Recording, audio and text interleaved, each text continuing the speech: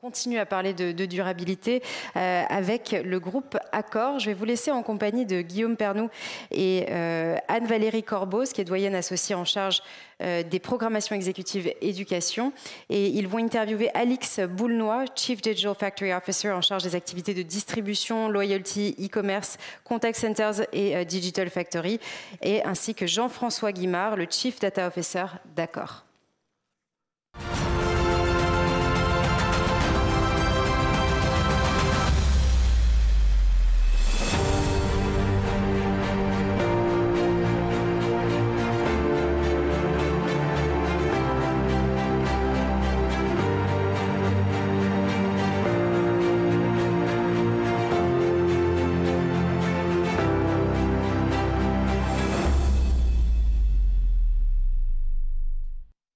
Eh bien, ravi de vous retrouver pour ce nouveau Data Storytelling un peu particulier, puisque nous allons essentiellement parler de data et de développement durable avec Jean-François et Alix et avec Anne-Valérie. Je vous remercie une nouvelle fois en tout cas d'avoir répondu à notre invitation. Alors, on peut peut-être dire deux mots sur le groupe Accor qui s'est beaucoup transformé, quelques chiffres. 230 000 experts de l'hospitalité. 50 marques, 5300 hôtels et on le sait un peu moins, 10 000 restaurants répartis dans un très grand terrain de jeu, 110 pays. Alors avant de rentrer dans le sujet, vous avez souhaité diffuser une vidéo que j'ai trouvée tout à fait passionnante, où on voit au plus près des équipes dans les hôtels, au plus près des propriétaires dans les hôtels, vraiment sur le terrain, comment le développement durable se met en scène et se déploie.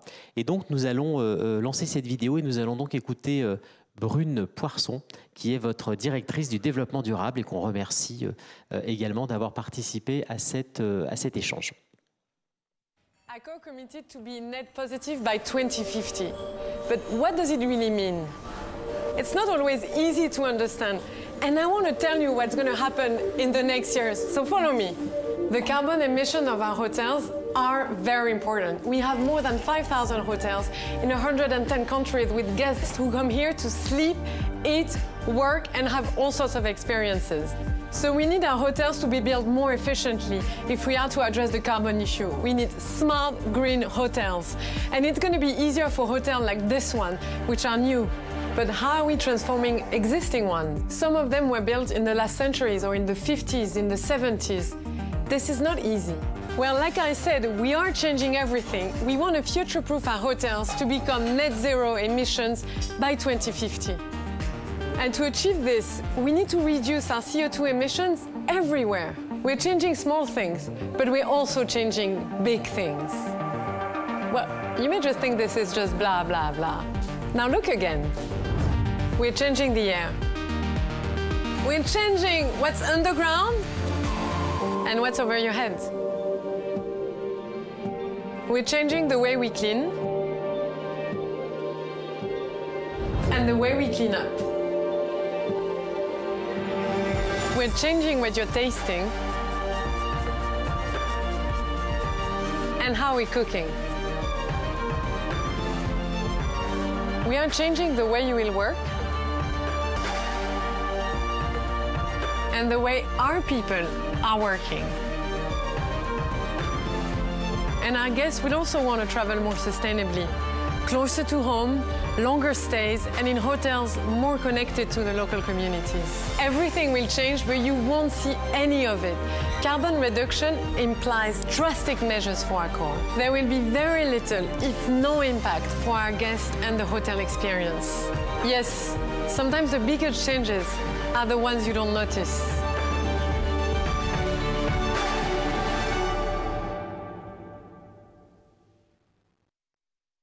Voilà. Petit jingle. Voilà, c'est très concret. C'est tout ce qu'on aime chez NetExplo. Alors, vous changez tout, partout, pour atteindre la neutralité carbone. Hein, ce sont les mots forts de ce reportage. Alors, Alix, comment est-ce que la data s'invite dans ce grand projet de transformation durable et comment est-ce qu'on fait pour conjuguer data et développement durable? Tout d'abord, merci de nous recevoir. Oui, alors vous l'avez vu dans la vidéo, le RSE, c'est quelque chose de vraiment important dans l'ADN du groupe sur lequel on s'est engagé en fait depuis les années 70. L'industrie du voyage, de l'hôtellerie et de la restauration, c'est 8 à 11% suivant comment on calcule des émissions carbone de la planète. Donc forcément, on porte notre part de responsabilité.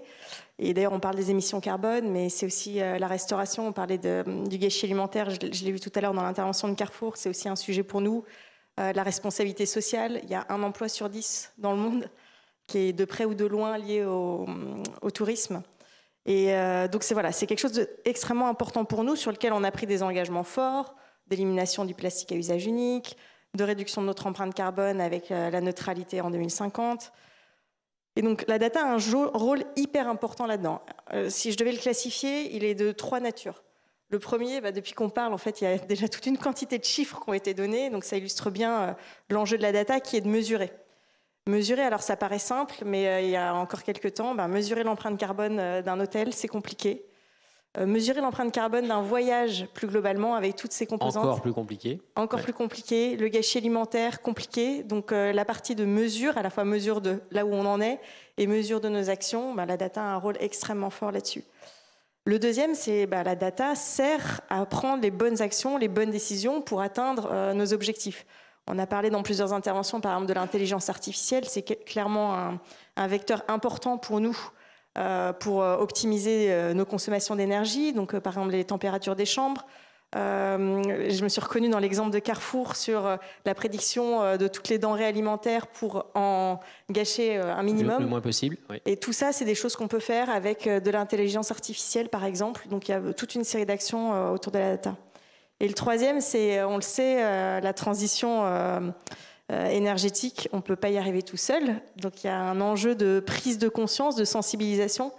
Et donc, on a tout un pan de nos activités data qui est vraiment autour de sensibiliser toutes les parties prenantes en leur exposant cette donnée et les aidant à faire des choix plus consciencieux. Donc ça passe par les gens qui réservent nos hôtels, leur expliquer l'empreinte carbone de leurs déplacements, leur pousser des recommandations qui vont les aider à optimiser ça. C'est les collaborateurs, en leur expliquant l'empreinte carbone, par exemple même dans les équipes de la Digital Factory, les sensibiliser à l'empreinte du numérique et de leurs pratiques de développement pour essayer d'optimiser.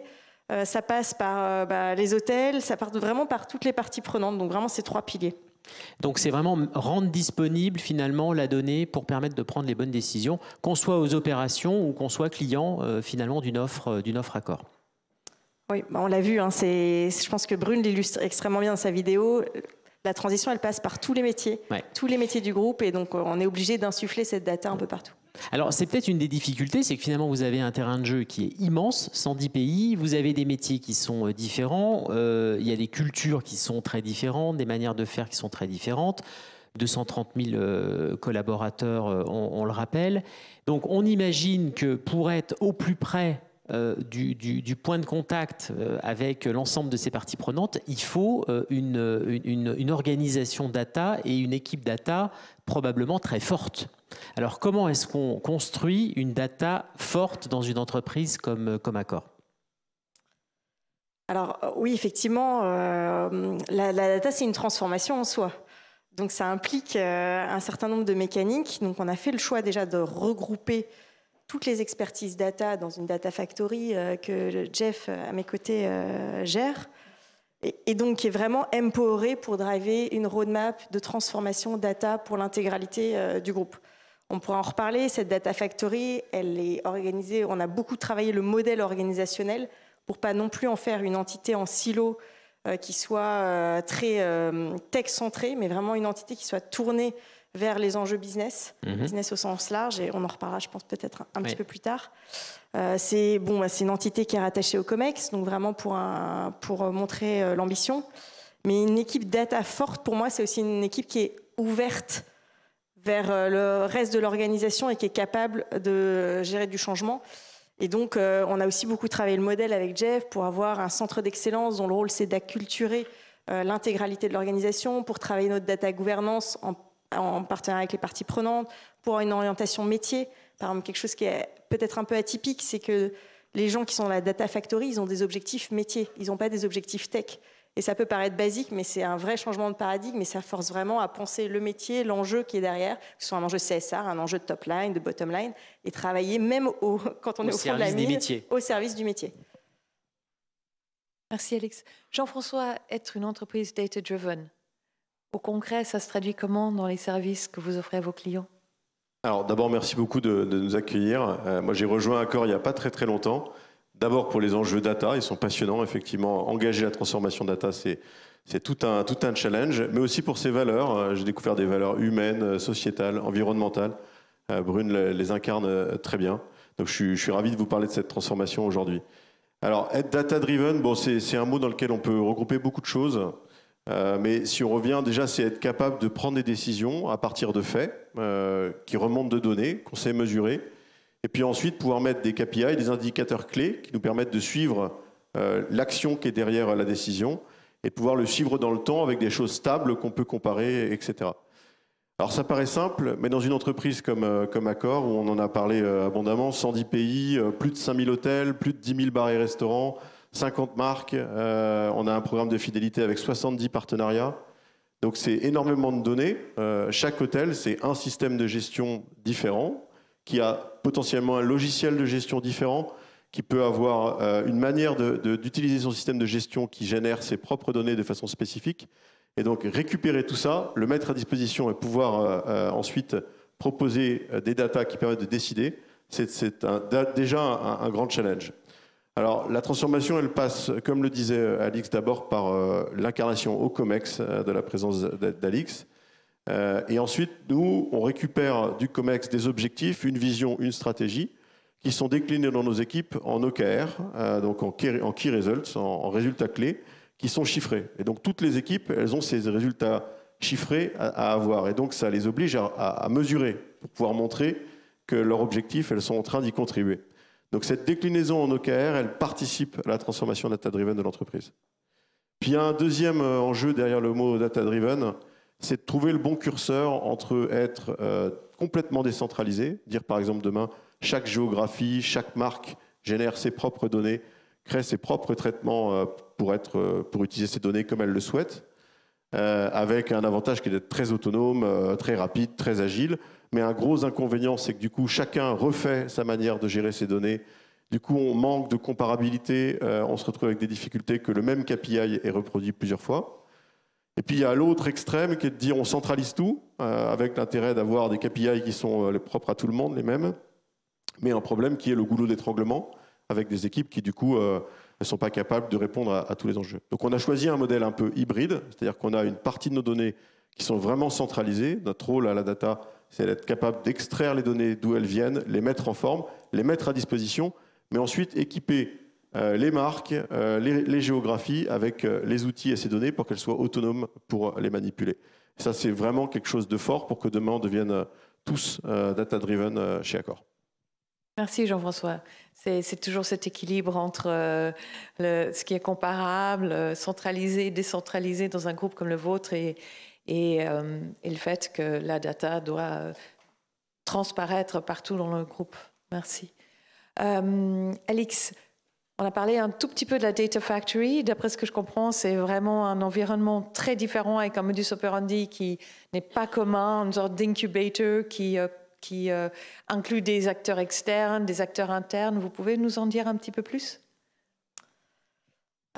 Oui, effectivement. Donc, dans cette Data Factory, ce qu'on a vraiment souhaité faire avec Jean-François, c'est à la fois en faire un pôle d'excellence au service du business et un pôle d'attraction pour les meilleurs talents. On l'a tous dit, c'est difficile. Enfin, il y a du talent shortage, même si j'entendais que la France est riche en talent, mais on cherche tous nos pépites et c'est pas toujours évident de recruter. Donc, ça s'incarne déjà par une organisation qui était historiquement une organisation par système, qui est devenue une organisation par métier, par KPI, par impact qu'on veut délivrer pour l'organisation. C'est une organisation où aussi le lien hiérarchique ne prévaut pas. Alors ça peut paraître un peu atypique, mais les gens travaillent dans des équipes avec ils ont des managers différents, mais le modèle opératoire, c'est un modèle d'empowerment des équipes multifonctionnelles qui ont des objectifs communs, qui déterminent leurs rituels entre eux. Et c'est pas le lien hiérarchique qui prévaut. On a aussi beaucoup travaillé notre proposition de valeur pour les talents. Donc, par exemple, on a beaucoup travaillé le modèle de télétravail. Donc, aujourd'hui, les gens des équipes ont l'autorisation de venir 4 jours par mois. Donc, ça peut paraître assez agressif, mais c'est un modèle qui marche bien pour nous, puisqu'on a beaucoup travaillé le modèle d'engagement, la flexibilité du travail, et ça nous permet aussi d'aller chercher des super talents qui se retrouvent dans ce modèle-là, tout en générant de l'engagement. Voilà, il y a pas mal de choses qu'on essaie d'expérimenter. On a aussi des gens qu'on a soutenus, par exemple, pour faire de l'intrapreneuriat, des data scientists qui avaient des idées folles qu'ils n'osaient jamais lancer, parce que l'entrepreneuriat, c'est toujours vu comme un risque en France, et donc aussi à qui on a permis de détacher du temps pour créer leur projet et se lancer. Tout ce modèle, voilà, aussi bien humain que organisationnel que système, c'est quelque chose sur lequel on a travaillé en profondeur, et on continue avec Jeff, parce que je pense que c'est ce qui fera la différence. La différence dans la rétention et dans la conquête aussi de nouveaux talents. J'ai senti dans la salle, quand tu as dit 4 jours de télétravail par mois, une certaine satisfaction. Donc peut-être que les candidatures vont abonder encore davantage. N'hésitez pas. Voilà. Jean-François, on sait qu'il y a une dimension importante de la data transformation, c'est la dimension technologique. On a, à travers les études qu'on avait fait avec HEC, qui avaient été livrées au cours des précédentes éditions, on avait remarqué que dans la plupart des grandes entreprises, c'était la fin de l'anarchie technologique concernant la data, et qu'on allait vers des systèmes beaucoup plus gouvernés. Alors, on imagine que le sujet n'est pas simple chez vous, avec 50 marques, 5300 hôtels, le fait que vous exploitiez effectivement des établissements comme ça partout dans le monde. Comment on fait pour décider d'un choix technologique uniforme, et comment on le déploie, comment on crée l'adhésion, comment on fait respecter ce choix technologique? Alors d'abord quelques mots sur notre changement technologique. Effectivement, on a profondément modernisé nos plateformes data avec quelques choix clés. D'abord, on est parti sur le cloud qui nous permet l'élasticité en termes financière et puis infrastructure. Ça nous permet aussi beaucoup d'agilité. Quand on lance un nouveau produit, on n'est pas obligé de se poser la question de l'infrastructure qu'on va mettre derrière, de la licence qu'on va acheter. On est sur des capacités à lancer très très vite des nouveaux produits. Donc on est parti sur le cloud, et après sur le choix de la stack technologique qui permet de stocker les données et de les manipuler. On voulait un système qui nous permette déjà de donner un accès simple aux utilisateurs, et donc ce qui n'est pas forcément toujours le cas des technologies big data. Donc on voulait un accès simple et une capacité à pouvoir très rapidement monter en puissance un traitement spécifique pour un utilisateur spécifique, quel que soit le volume de données traitées. Donc avec cette capacité de découper ce qu'on appelle le compute et le stockage. Donc là-dessus, on a fait le choix de Snowflake, qui est aujourd'hui au cœur de notre architecture de données. Et par-dessus Snowflake, on a Privitar qui nous permet de répondre aux enjeux de la RGPD by design. Donc voilà, nativement, on peut anonymiser, pseudonymiser nos données. Et puis on a 2 couches d'exposition importantes, une un peu plus pour nos utilisateurs très avancés, Dataiku, et puis une qui est notre principale couche d'exposition des données, qui est Tableau. On a plusieurs milliers de licences déployées aujourd'hui chez Accor. Voilà, on est en train de compléter cette stack technologique par un data catalogue qui va nous permettre d'exposer nos produits. Voilà. Alors comment on fait pour que les gens embrassent le changement? Pour que les gens adhèrent. Voilà, que les gens adhèrent à cette transformation. Ils connaissent les anciens systèmes, il faut qu'ils basculent sur les nouveaux. Il y a plein de manières de générer le changement. On est plutôt sur une dynamique de leur proposer mieux, en fait. Et que, quelque part, dans ce qu'ils vont retrouver, ce sera mieux qu'avant.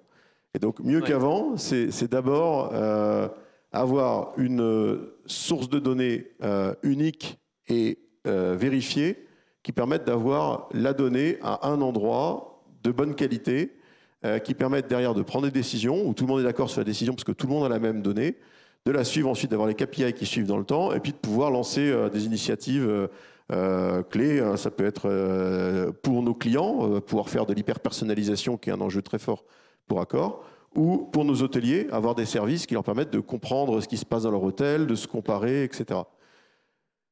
Et donc, c'est facile à dire cette partie de comment est-ce qu'on centralise les données. On voit quand même que c'est quelque chose de très compliqué et beaucoup de grands groupes, on voit les changements technologiques qu'il y a eu toutes ces dernières années derrière les plateformes data. Nous, pour organiser ça, on s'est inspiré d'un cadre de réflexion qui s'appelle le Data Mesh. Je ne sais pas si certains d'entre vous s'y sont penchés un peu, qui a été émis par Zamak Dagani, une consultante aux États-Unis, qui pose un cadre de réflexion. Ce n'est pas forcément des solutions, mais qui nous ont inspirés. Et donc, qui se regroupe en 4 principes. Le premier principe, Alix en parlait un petit peu tout à l'heure, qui est le principe de dire il faut que les équipes data, elles soient organisées par domaine métier. C'est-à-dire que plutôt que d'avoir des experts de la data qui manipulent toutes les datas de l'entreprise, il faut qu'il y ait un petit groupe de personnes identifiées dont la responsabilité, c'est d'être les spécialistes de la data loyalty, par exemple, ou d'être les spécialistes de la data distribution. Spécialiste, ça veut dire être capable d'extraire toutes les datas nécessaires, de les mettre à disposition, ensuite de les expliquer, de s'assurer qu'on a les bonnes données, etc. Puis ces spécialistes ensuite que nous on regroupe en tribe, en domaine métier. Donc on a la distribution, le loyalty, les canaux directs, le corporate, la finance, etc. Ces équipes ensuite, elles construisent, c'est le deuxième principe, elles conçoivent la donnée comme un produit. Et c'est un vrai changement très très fort dans la manière dont on construit nos solutions data. On n'est plus en mode projet, on est vraiment en mode produit. Alors le mode produit, c'est assez connu, mais l'idée c'est de créer des usages, enfin des capacités à utiliser les datas qui peuvent être relativement faciles à comprendre, comme l'intelligence artificielle pour améliorer les photos qui sont sur les sites des hôtels ou sur notre site all.com. Ou ça peut être des choses plus complexes comme mettre à disposition un ensemble de données que tout le monde peut comprendre quand il veut travailler sur un programme de fidélité. Donc c'est centré sur les bénéfices en fait, c'est ça? Exactement. Ouais. Sur un produit, ça doit être désirable, ça doit être documenté, ça doit être accessible. Etc. Voilà. Okay. Et centré sur les usages, sur les utilisateurs. Et le troisième grand principe et le quatrième, et je vais très vite, le troisième principe, c'est le fait d'avoir une gouvernance fédérée. C'est la difficulté en ayant des domaines séparés et des produits un peu indépendants, c'est que X domaines peuvent lancer le même produit ou des produits peuvent se recouper. Donc toute l'idée, là, c'est d'avoir une gouvernance de tout ça. Donc on a des data managers qui s'assurent que ce qu'on lance a du sens. Et puis on a lancé aussi une équipe de data steward qui est dans cette équipe de data gouvernance, dont l'enjeu, c'est d'aller regarder la qualité de la donnée aussi en dehors de la data. C'est-à-dire qu'on peut se retrouver avec la data qui est faite de une bonne qualité dans son traitement, mais le problème, il est en amont, où il faut lancer des initiatives, je ne sais pas moi, renforcer les fronts, par exemple, pour amener plus de contrôle. Et donc, nos data stewards, qui est une toute nouvelle équipe qu'on a créée, on recrute encore quelques data stewards d'ailleurs, elle a comme en charge de modéliser cette non-qualité, mettre un coût devant ou un gain à avoir et ensuite lancer les projets. Et le dernier principe, j'en ai parlé, c'est la stack technologique self-service, s'assurer qu'on ait une équipe qui mette à disposition de toutes les autres, de ces différents domaines métiers tribe data, une stack technologique commune, générique, pour éviter que chacun refasse la partie technologie bas niveau et que les datas puissent se parler, qu'on puisse les comparer, etc. Donc c'est tout ce dont j'ai parlé tout à l'heure. Donc on comprend qu'au-delà de la définition d'une organisation, c'est vraiment aussi la définition de rôle, finalement, à jouer par un certain nombre d'acteurs dans cette data transfo. Oui, et d'ailleurs, c'est une des complexités, c'est la transformation culturelle qui va avec, puisque changer de rôle entre être responsable d'un projet et responsable d'un produit, avoir des équipes qui auparavant étaient plutôt d'un côté le métier, de l'autre côté la techno, et demain des équipes qui travaillent ensemble, produits et tech en même temps, c'est un changement culturel fort. Et une posture. Ouais. Voilà, et une posture différente. Dernière question. Feuille de route 2023, what's next? Ouais.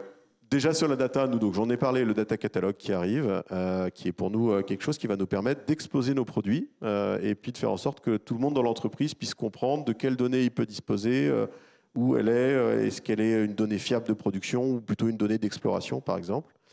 On a aussi plein de cas d'usage data science qui arrivent pour nos hôtels, pour nos guests, pour avoir plus de personnalisation.